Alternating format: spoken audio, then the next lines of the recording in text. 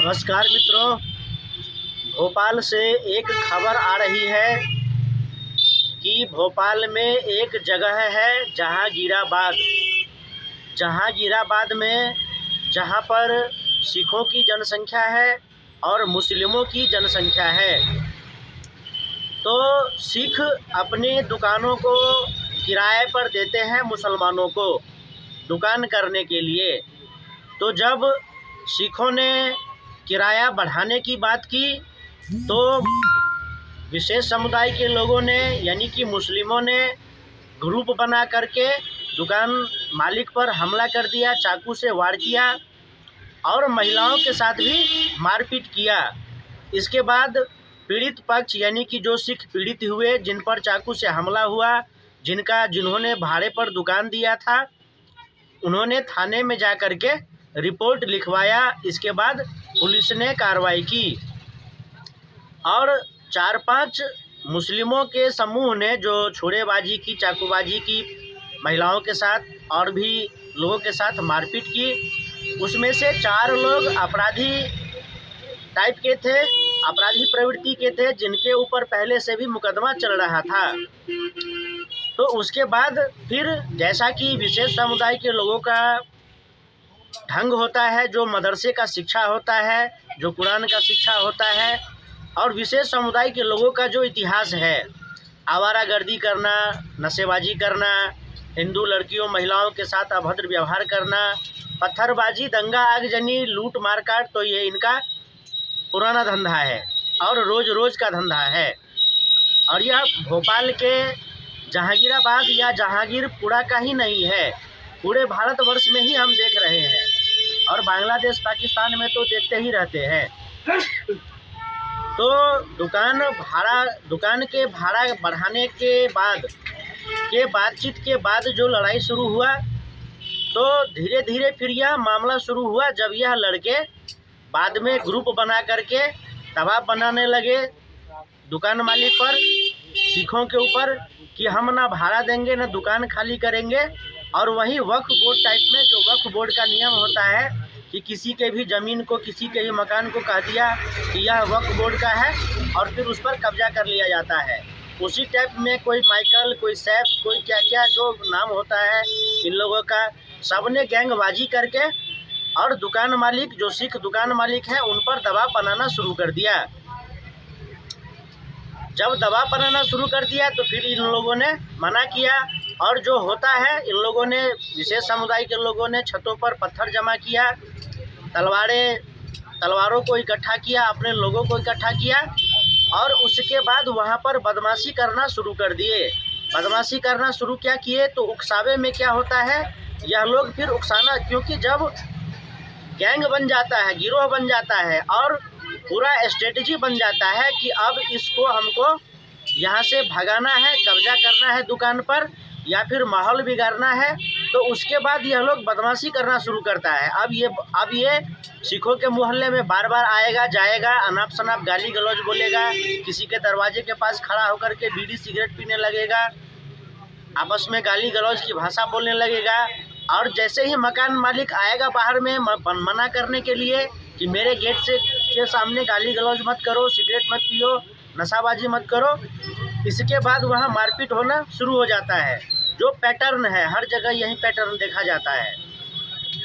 तो वहाँ भी वही हुआ। फिर तेज़ रफ्तार में मुस्लिम लड़के वहाँ से बाइक चलाना शुरू किए तो लोगों की तरफ से, सिखों के तरफ से मना किया गया।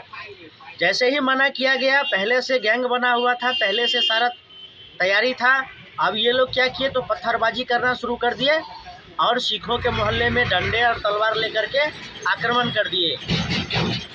हिंदू के मोहल्ले होते हैं तो हिंदू अपने घरों में छुप जाते हैं या भाग जाते हैं। यह प्रतिकार बहुत कम ही देखने को मिलता है, लोग झेल लेते हैं। लेकिन सिखों में तो यह नियम है कि केश, कृपान, कटार अपने साथ हमेशा रखते हैं, तो उनके पास कटार हमेशा साथ में रहता ही है। तो जैसे ही तो मुस्लिमों के ओर से लाठी डंडे से आक्रमण कर दिया गया सिखों पर, सिखों के मोहल्ले में, और भयंकर बवाल हुआ, पत्थरबाजी हुई, उसमें 4-5 सिख घायल हुए। फिर पुलिस ने आकर के मोर्चा संभाला और अभी वहाँ पर भारी पुलिस बल तैनात है। तो यह भोपाल का जहांगीराबाद, सबसे पहले तो नाम इसका सुनिए कि जहांगीराबाद। तो जब जगह का नाम ही है जहांगीराबाद और फिर वहाँ मुस्लिम जनसंख्या है, तो स्वाभाविक है कि वहाँ पर दंगे होंगे ही, मारपीट होगा ही। अक्सर बताया जाता है लोगों को कि आप सबसे पहले तो विशेष समुदाय के लोगों का यानी मुसलमानों का बहिष्कार होना चाहिए, लेकिन लोग बात को समझते नहीं है। फिर जब दंगा फसाद होता है, कोई घटना होता है, तो फिर रोने पिटने लगते हैं और दूसरों को भी समझाने लगते हैं।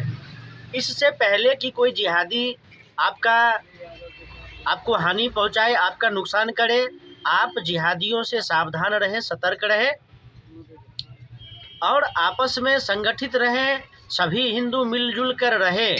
इस प्रकार की घटनाएं रोज़ होती है हमारे देश में, लेकिन शासन प्रशासन या देश का ऐसा कोई कानून ही नहीं है जो इस चीज़ की व्याख्या कर सके कि विशेष समुदाय या अब्दुल जब भीड़ बन करके पत्थरबाजी करता है, दंगेबाजी करता है, तो उस पर क्या कार्रवाई करना चाहिए, क्योंकि यह रोज़ रोज़ का घटना है, रोज़ रोज़ यह घटनाएं होती है। तो लोग कहते हैं कि अरे ये हिंदू है, ये मुसलमान है, ये देश सबका है, सब भाईचारा है, सब शांति से रहते हैं। जब सबका देश है, सबका भाईचारा है, तो अब्दुल गैंग बनाकर क्यों हिंदुओं के मोहल्ले में, सिखों के मोहल्ले में बदमाशी करता है, जिहादी घटना करता है, दंगा फसाद करता है? यह पूरे देश का मामला है। जिहादियों ने पूरे देश को अशांत कर रखा है। कभी किसी के मकान पर कब्जा करता है, कभी किसी के दुकान पर कब्जा करता है, कभी महिलाओं लड़कियों के साथ छेड़छाड़ करता है, और जब मना किया जाता है तो सब गैंग बना करके दंगा करने लगता है, फसाद करने लगता है। और उसके बाद जो स्वार्थी, लोभी, लालची हिंदू होते हैं, जो दोगले, देशद्रोही, गद्दार हिंदू होते हैं, फिर वह आ जाते हैं भाईचारे का ढोंग लेकर के कि ये भाईचारा होता है। तो जब तक लोगों पर स्वयं नहीं बीतता है, तब तक लोगों को समझ में नहीं आता है।